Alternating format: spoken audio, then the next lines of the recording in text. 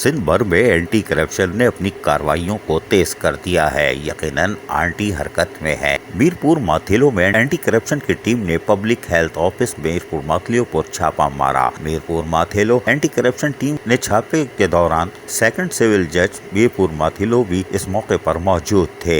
Office का अमला मौके से फरार होने में भी कामयाब हो गया। ताहम दफ्तर में कार्रवाई के बाद 6 कमरे सील कर दिए गए। एंटी करप्शन के सर्कल ऑफिसर एयाज मेमन के मुताबिक निकासियात के 38.380 मिलियन के मंसूबे में करप्शन के शवाहिद मिले हैं। निकासियात के मंसूबे के लिए बिजली के मोटरें और इंजन की खरीदारी में गबन किया गया है। निकासियात के लिए कुएं तामीर करना थे जो ना हो सके और जिला भर में बरसात का पानी खड़ा रहा। सर्कल जबकि एयाज मेमन के मुताबिक 6 दफातर बशमूल इंजीनियर ऑफिस को हमने सील कर दिया है और रिकॉर्ड नहीं मिल सका है। करप्शन के खिलाफ कार्रवाई जारी रखी जाएगी और सूबाई वजीर बराए एंटी करप्शन एस्टेब्लिशमेंट जाम इकराम उल्लाह धारीजो का कहना है कि अफसरान बिला खौफ व खतर करप्ट अनासिर के खिलाफ भरपूर कार्रवाई करें। जाम इकराम उल्लाह धारीजो ने कहा कि करप्शन करने वालों को हम हरगिज नहीं छोड़ेंगे। ताहम इस मौके पर कार्रवाई के बाद ये बता के आ रहे हैं, सुनिए इन्हीं की ज़बानी।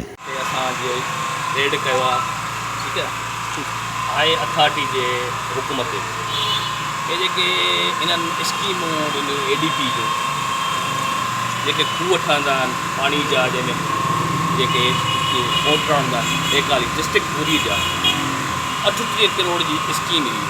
उनमें असांखे इंफॉर्मेशन मिली त भई इन्हनि में हद खां वधीक करप्शन थी आहे। उन करे हाई अथॉरिटी खां परमिशन थी असां बोर्ड मां जज साहब खे वठी असांखे चयो रेड जे नंबर असां करणु अची त हिते ऑफिस में कोई कोन हो। हिकु पटियालो वेठो हुयो इंजीनियर सां फ़ोन ते उहो बि भॼी वियो। उन खां पोइ जज साहब जे मौजूदगी में असांजा 6 ई कमरा सील कया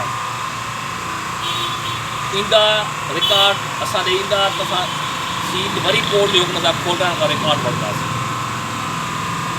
हिन महिल जी जांच जेकी कई आहे साईं तव्हां हुन में छा साबित थियो आहे कि करप्शन थियल आहे? साईं जॾहिं असांखे रिकॉर्ड ईंदा त असां हुन में ॾिसंदासीं त करप्शन केतिरी थी आहे, छा थियो आहे। ज़ाहिरी तौर पब्लिक जी शिकायत आहे साईं जिथे पंप लॻल आहिनि उहे हलनि ई कोन था, जिते वाटर पंप लॻल आहिनि जीअं हाणे ताज़ो बरसातनि में मींहुं वसिया पाणी नथो निकिरी सघे। इन जे सिलसिले में जेको आहे सो ठोस रिपोर्ट वई आहे। उन खां पोइ हाई अथॉरिटी खां असांखे परमिशन मिली आहे। असां अॼु रेड कयो आहे कोर्ट जो मजिस्ट्रेट साहब खणी। अच्छा, उर्दू चैनल्स भी यहाँ पर हैं तो उनके हवाले से हम कुछ एंटी करप्शन हरकत में है और कार्रवाइयों का सिलसिला जारी है। अब देखते हैं आगे क्या कार्रवाई होती है। अजीज आरिफ, KBS बल्दियाती न्यूज़।